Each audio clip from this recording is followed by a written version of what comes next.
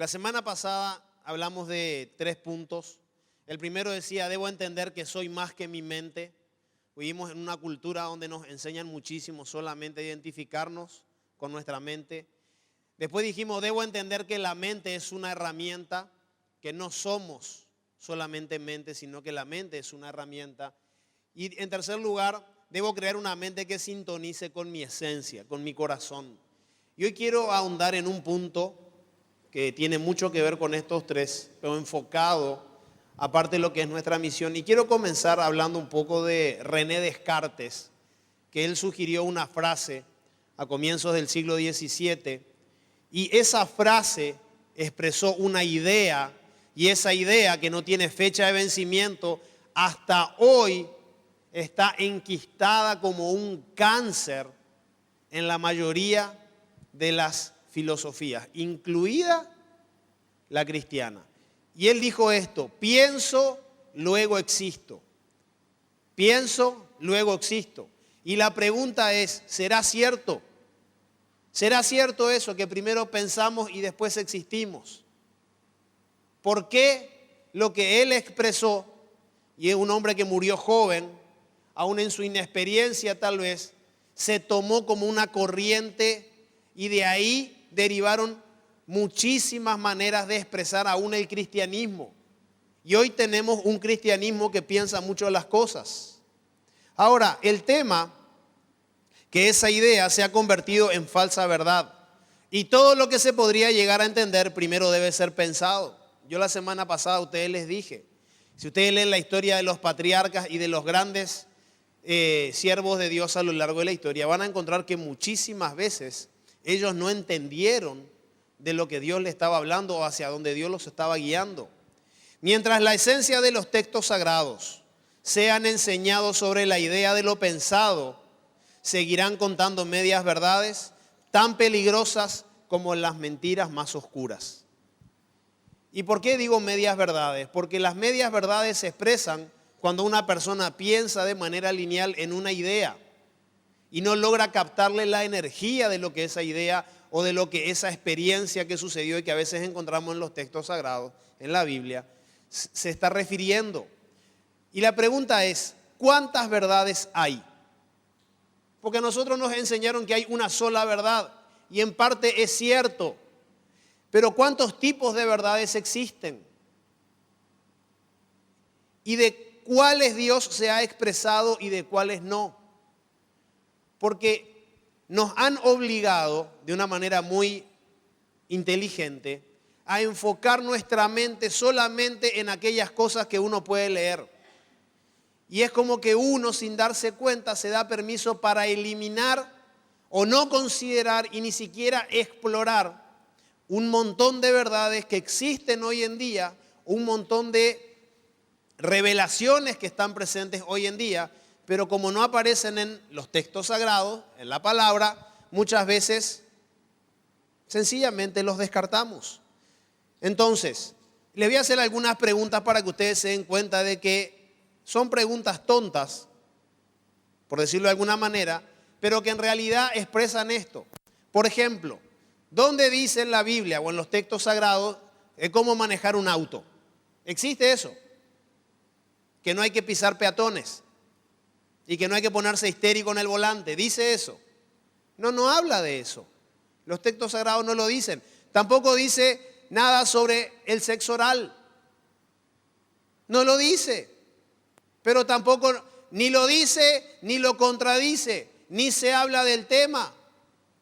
Y en toda la palabra hay algunos especialistas que consideran que ciertos pasajes hacen referencia, pero es cuestión de interpretación. Y Dios no habla de esa verdad. Y si Él hubiera estado preocupado por especificarlo, seguramente algún pasaje le hubiera dedicado. Tampoco en los textos sagrados se hablan de vitaminas y minerales. Sin embargo, hoy nosotros aceptamos las verdades que nos dice la ciencia sobre las vitaminas y minerales que necesitamos para nuestro cuerpo. Hay muchísimas cosas que son verdades, pero que no están escritas. Donde en los textos sagrados habla de las propiedades de todos los alimentos, por ejemplo. Nosotros con mi familia empezamos una transición en la alimentación y ha sido espectacular. Ahora, toda esa información sobre la alimentación realmente fue inspiracional. Leímos algo en los textos sagrados, en la palabra, pero el resto lo tuvimos que investigar por las verdades de que hoy se están sabiendo. Entonces es como que uno se tiene que dar permiso para darse cuenta de que existen un montón de verdades hoy en día, más allá y además de, y que no anulan para nada las grandes verdades que enseña la Biblia. Entonces, última pregunta. ¿Dónde en los textos sagrados se habla de robótica? Nosotros como civilización vamos a integrar un montón, ya lo estamos haciendo, un montón de tecnología que cada vez se parece más a la mente humana. Y hay ciertos debates acerca de qué tanto y qué tanto no nos conviene tener robots como seres humanos. Y eso no lo vas a encontrar en la palabra, no está ahí, no habla de eso. Sin embargo, no quiere decir que sea una gran verdad. Y no se habla porque los textos sagrados no fueron escritos para regir y limitar a nadie. No fueron escritos para definir las ideas de cómo el reino de la energía, el reino de la divinidad, se iba a manifestar. Los escritos sagrados son, entre otras cosas, herramientas para instalar las creencias correctas en la mente, con la finalidad que la divinidad ya manifestada en nuestro ser no tenga obstáculo para que pueda ser expresada. Y si bien suena un poco profundo, realmente lo es. Y permítanme avanzar para que me entiendan mejor. Los textos sagrados, la palabra de Dios, nos cuenta gracias a quién accedimos a eso. Cristo, el poder, el dínamo, la energía prima por la cual eso se nos manifestó. Y que fuera de eso, que es una verdad absoluta, no anula el resto de las verdades menores que nos permiten aprender y expresarnos. Y acá viene una pregunta, una frase que es como una pregunta. ¿Sabes cuál es el mayor obstáculo que tiene Cristo para expresarse en la vida de una persona? El mayor obstáculo que Cristo tiene para expresarse en la vida de una persona es la mente de las personas. Ese es el mayor obstáculo del cristianismo, la mente. Ahora, mentes llenas de información incorrecta y mal entendida de los escritos sagrados de la Biblia que han mentalizado al cristianismo. Han hecho del cristianismo una filosofía mental. Tenemos un cristianismo mental y sufrimos de eso. Y acá viene el punto de hoy y voy a ahondar en eso. Por eso debo dejar de pensar a la gente y amar a la gente. Nosotros tenemos un cristianismo que todo lo piensa, que para expresar una emoción lo pienso. Recién acá estaba Peco diciendo, dale un abrazo, y había gente que se miraba así. ¿Por qué? Porque nos enseñaron primero a pensar todo. Entonces la mente es el alma mater de nuestro ser. Es lo que nos guía. Y hemos apagado en nuestro interior al reino de la divinidad. Hemos apagado a Dios. ¿Por qué? Porque le damos muchísimo lugar a nuestra mente. Y los mandamientos que Jesús nos dejó, cuando Él dice que lo único que tenemos que hacer es amar a la gente, nosotros hemos entendido muchísimas cosas al revés. Nosotros tenemos un cristianismo que mentalizamos a la gente y evaluamos si la gente merece ser amada.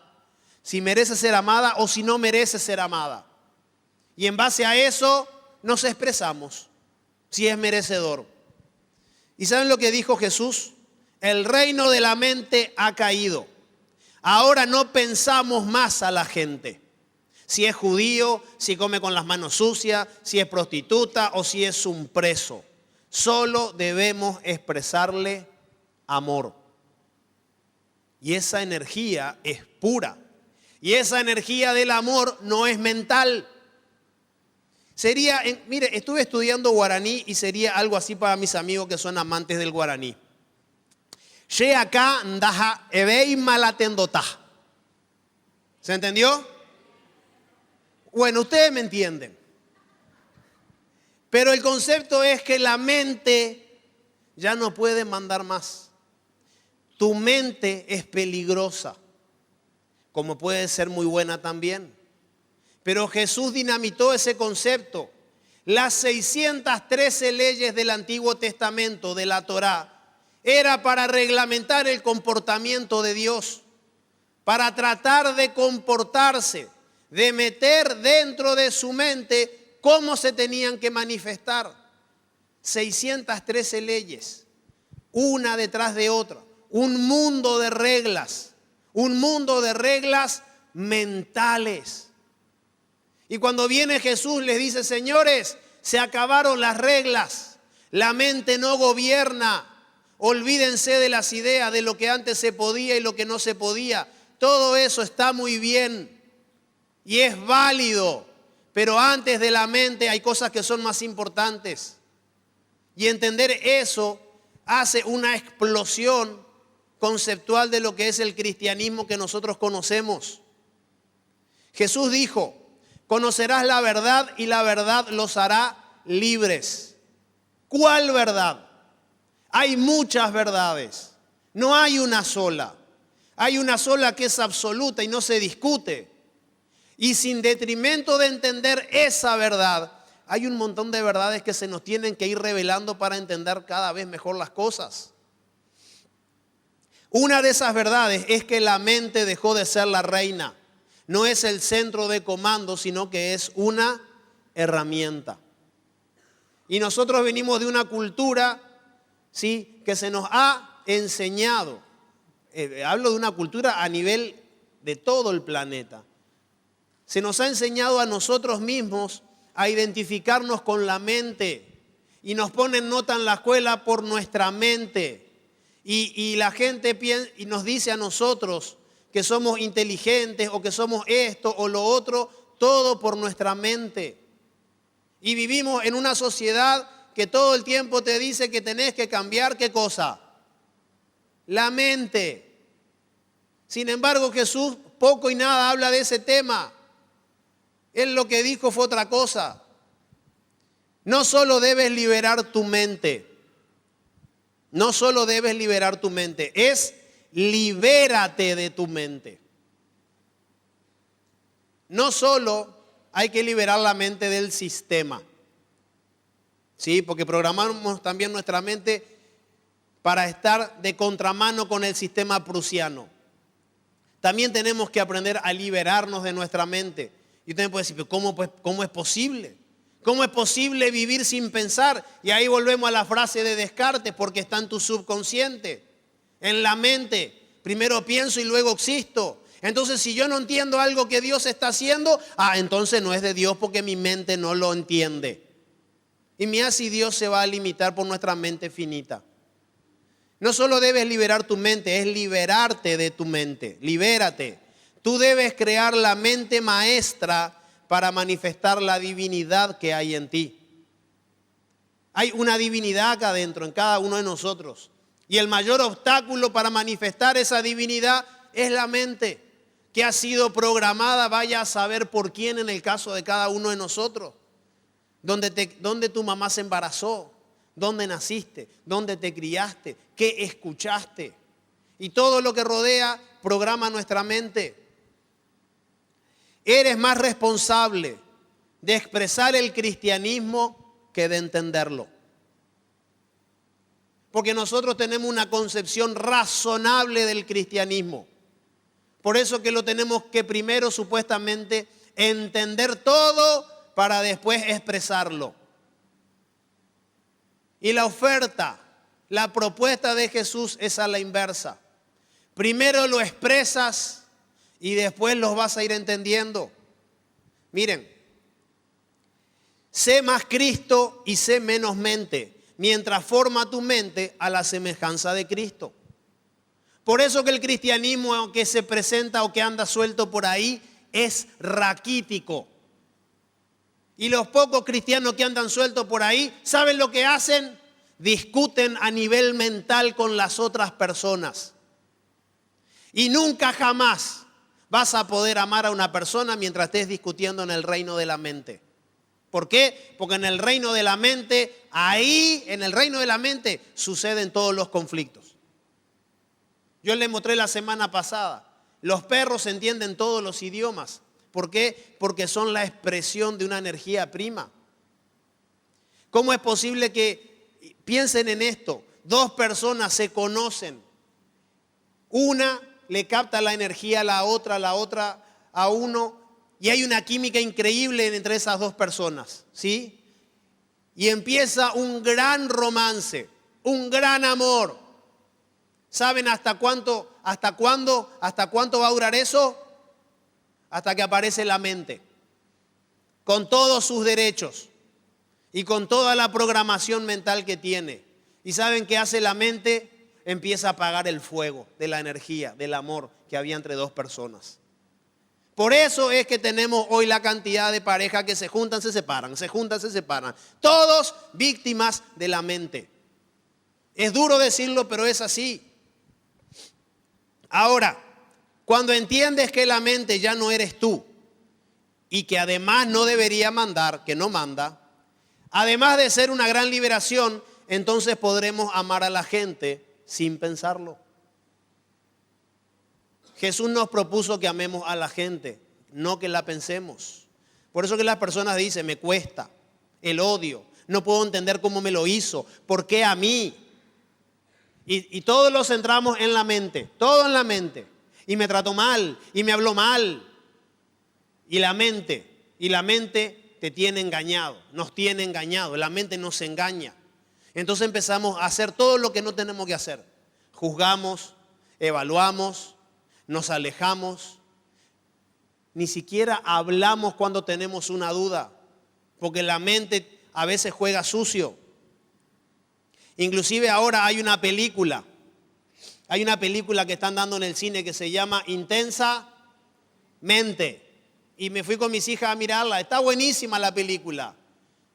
Solo que a esa película le falta una gran verdad. Que la mente no es el todo del ser humano. Que la mente es una herramienta. Y que no podés procesar todo con la mente porque lo mejor de Dios te lo vas a perder. Las mejores cosas que Dios puede hacer en tu vida te las vas a perder si las quieres entender primero. Por eso tenés que darle lugar a la experiencia, a las cosas que suceden desde adentro. Y te quiero compartir algo que escribió un gran escritor, que es un maestro espiritual. Es un alemán, se llama Eckhart Tolle. Lo pueden buscar y pueden leer.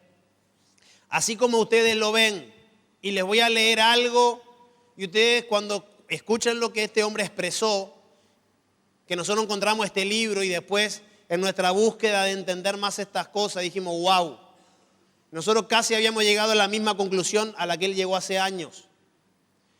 Este señor era un vagabundo con 3 intentos de suicidio y dormía en las plazas porque no tenía un peso. Estaba desesperado. Su mente lo tenía esclavizado. Y a los 29 años tuvo su encuentro con la divinidad. Así lo dice él, su encuentro con Dios. Y después de ese proceso, él escribió un libro que no tiene desperdicio. Y él habla de esto y dice, la iluminación significa cuando se te activa el Cristo. Pasa que si a veces usamos palabras que son de otro lado, la gente puede malinterpretar, porque ese tranquilo que está hablando de lo mismo. La iluminación no es solo el fin del sufrimiento y del conflicto continuo interior y exterior, sino también el fin de la temible esclavitud del pensamiento incesante. La mente se interpone entre tú y tu propio tú, entre vos y tu propio vos, entre tú y tu prójimo, entre tú y la naturaleza, entre tú y Dios. La mente es un instrumento magnífico si se usa correctamente. Utilizada en forma inadecuada, sin embargo, se vuelve muy destructiva. Para decirlo en forma más exacta, no es tanto que usted la utilice inadecuadamente. Generalmente no la usa en absoluto. Ella, la mente, lo utiliza a usted. Esa es la enfermedad. Usted cree que es su mente. Ese es el engaño. El instrumento se ha apoderado de usted, de mí. La mente lo está usando y ni siquiera usted es consciente que es su esclavo. Es casi como si usted estuviera poseído. ¿Por quién? ¿Poseído por quién? Por la mente. La herramienta de un golpe de estado y se hizo con este ser. Entonces la herramienta, en vez de ser una herramienta funcional, ahora la herramienta es la que manda. ¿Cómo se llama la herramienta? La mente. Por eso que muchísimas veces nosotros no sabemos cómo controlar toda la basura que tenemos en la mente. Y pensamos mal, y nos enojamos, y reaccionamos mal. ¿Saben por qué? Porque la mente nos ha secuestrado. Y yo estoy en un proceso donde cada vez más, después de haber entendido esto, cada vez más estoy aprendiendo a manejar la herramienta. ¿Saben por qué? Porque la herramienta no puede manejar mi vida. Y ese es el comienzo de la verdadera revelación. Ahora, yo dije una palabra, poseído. Y yo digo esa palabra, fulano está poseído y no tengo duda que todos los que estamos acá vamos a rajar. ¿Sí o no?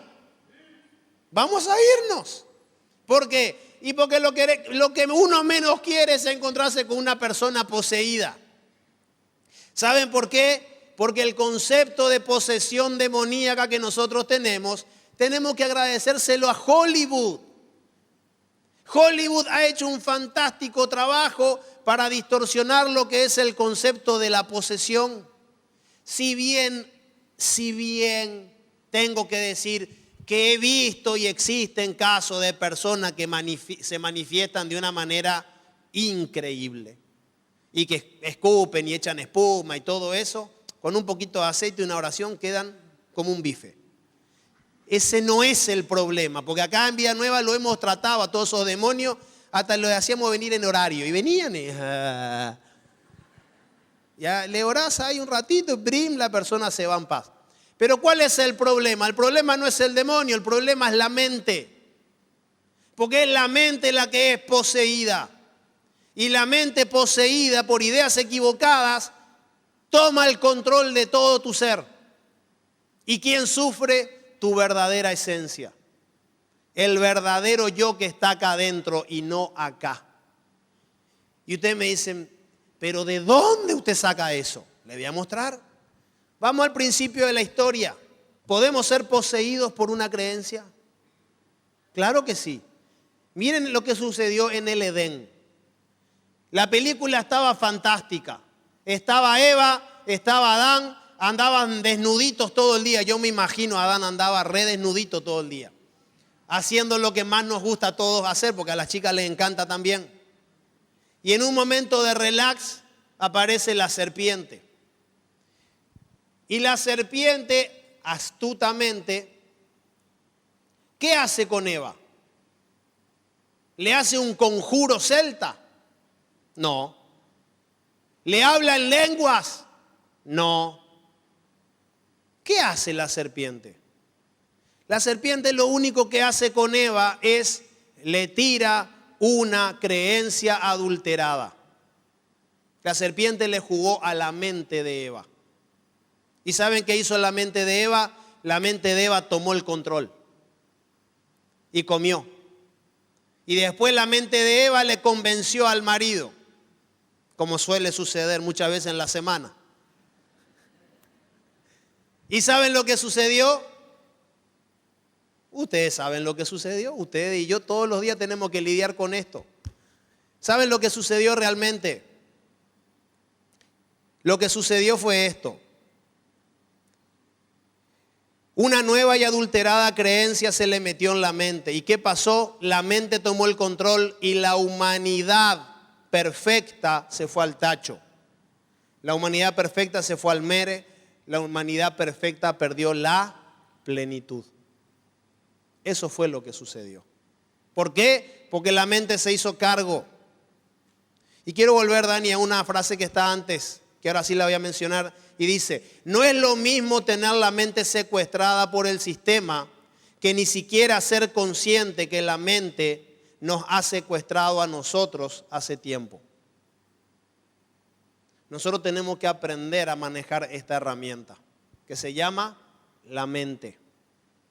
¿Por qué? Porque antes la teníamos programada por el sistema prusiano, babilónico, etc. Y ahora estamos entendiendo que no solamente la tenemos que reprogramar, sino que tenemos que saber utilizarla, cuándo prenderla, cómo usarla y lo más importante que lo vamos a ver, no hoy, pero sí más adelante, cómo apagarla. ¿Cómo apagas la mente? ¿Cómo apagas una herramienta? ¿Qué haces cuando una herramienta se recalienta? Acá tenemos equipos de música. ¿Qué hace una persona inteligente cuando se recalienta un equipo? Lo apaga. ¿Y qué haces cuando se recalienta tu mente? No la apagamos, recalentamos las mentes que están a nuestro alrededor. Es lo que hacemos. Y el otro que está alrededor te mira y ¿qué es lo que le pasa? Sobrecalentamiento mental se llama eso. Entonces vos tenés que aprender a apagar la mente, es una herramienta. Y eso fue lo que sucedió. Una creencia adulterada fue a la mente de Eva, de Adán y de Eva, y la plenitud de la humanidad se fue al mazo. Pasamos a ser literalmente gobernados por la mente. Entonces después, Dios, cuando se dio cuenta que tenía que ordenar el asunto, escribe el Pentateuco. ¿Para qué? Para reordenar la mente. ¿Por qué? Porque la mente había sido adulterada, lo perdió todo. Y eso es muy loco, porque toda la enseñanza interpretada de la Torá, la mayoría hoy en día se interpreta como el libro de la ley. ¿Y qué es el libro de la ley? ¿Qué es la ley? La ley son reglas. ¿Para quién? Para la mente. Por eso cuando Jesús aparece y el tipo ve una persona que necesitaba ser sanado y Jesús lo sana, ¿sabe lo que decía el reino de la mente? Está prohibido sanar en sábado. ¿Por qué? Porque a la mente no le daba. Y Jesús no vino para ampliar el reino de la mente. Jesús vino para ponerlo en orden. Por eso que Jesús hizo todo lo que quiso hacer. Él rompió todos los esquemas. ¿Desde dónde? Desde su energía. La energía de la divinidad. El segundo Adán. Él manifestó esa energía y esa es la energía que nosotros tenemos que aprender a manifestar. No la energía mental, porque son solo ideas. Dios quiere que yo deje de pensar gente y comenzar a amar gente porque son creación, llenas de energía prima y en muchos casos energía divina inerte, dormida, esperando la chispa suprema. Señores, así como un auto no funciona si la bujía no hace una chispa, nosotros tenemos el llamado no de que la gente entienda a Cristo. Muchas veces nuestro llamado es mucho más sencillo de lo que nosotros hemos entendido. Lo que nosotros tenemos que hacer con la gente es despertarle la chispa suprema, la chispa divina, el fuego divino, el dinamus de Dios, el nombre que le quieras poner. Y eso solamente lo podés hacer no desde acá, sino desde acá, desde dentro. Y permítanme ahondar en esto porque realmente la Biblia lo explica muy bien. Una de las traducciones más usadas es la Reina Valera, la cual para hacer un español antiguo expresa muy bien la esencia de los textos sagrados. ¿Saben cuántas veces aparece la palabra mente en esa traducción de la Reina Valera? 24 veces.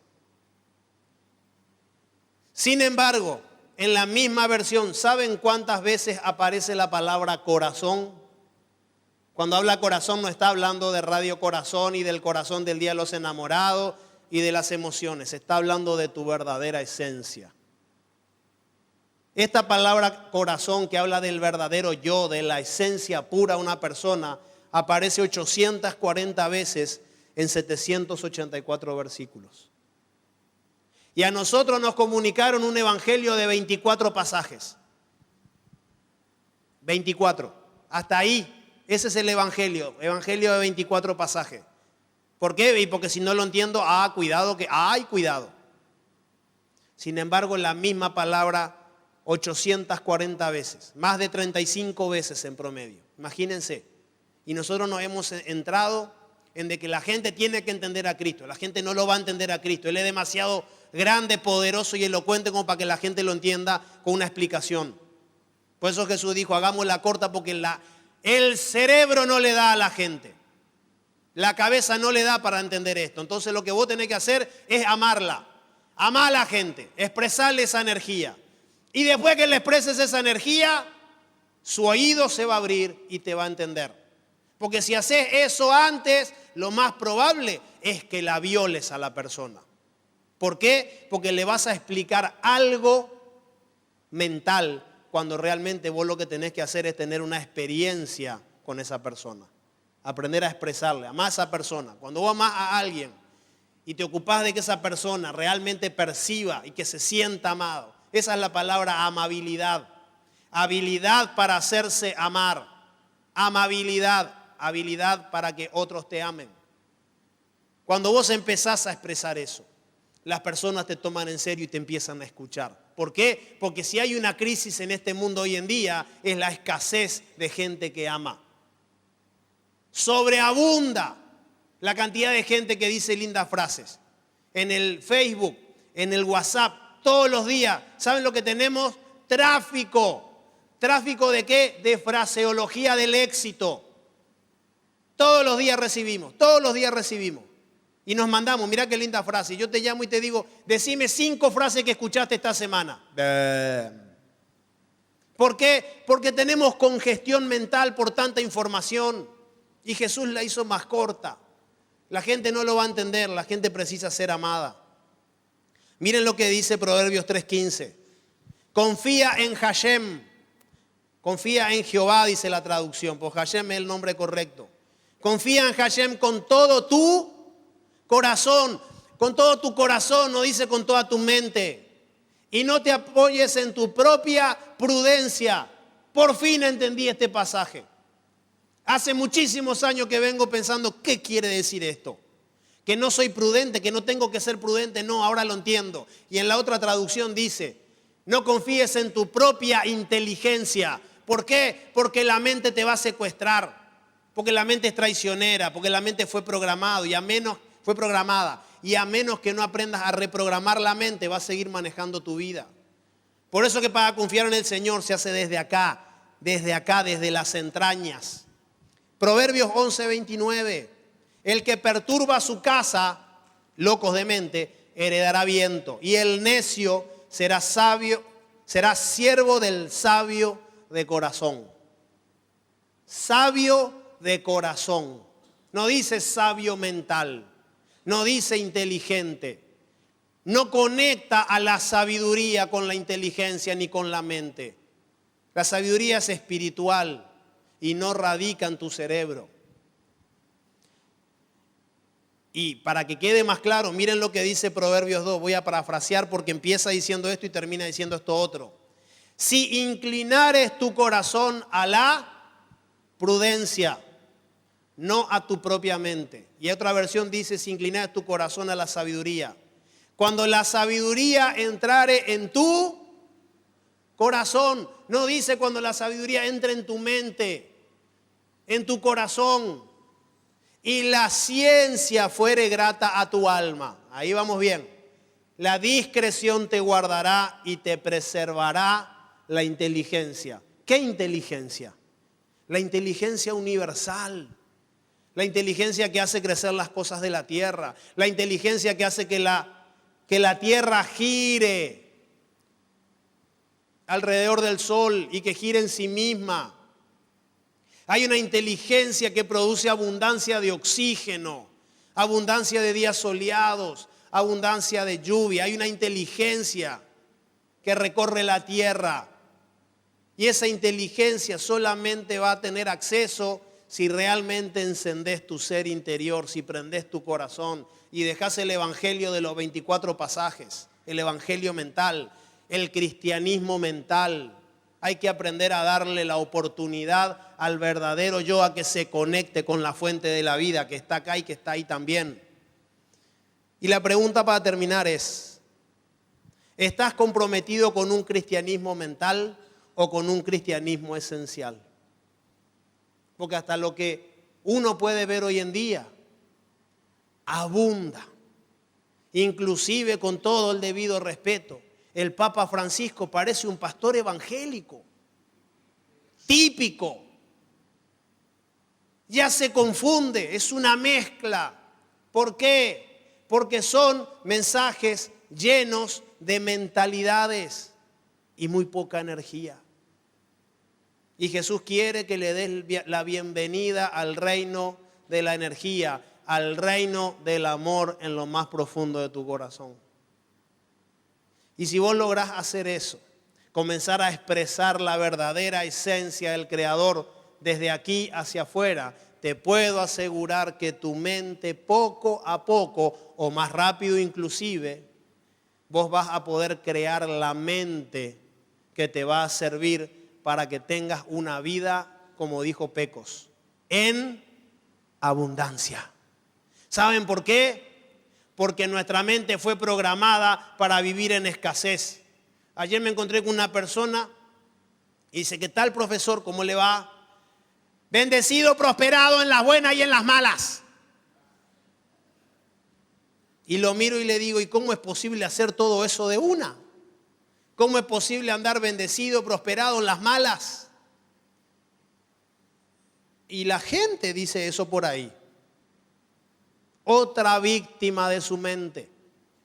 Y nosotros no nos damos cuenta y muchas veces somos secuestrados por nuestra mente. Y lo que Dios te propone es que te despiertes, que aprendas a crear una mente maestra, una mente que te permita expresar verdadera divinidad a un Cristo en una dimensión mucho mayor. Que aprendamos nosotros a dejar de pensar a la gente y empezar a expresarle la esencia más pura que la humanidad alguna vez pueda experimentar.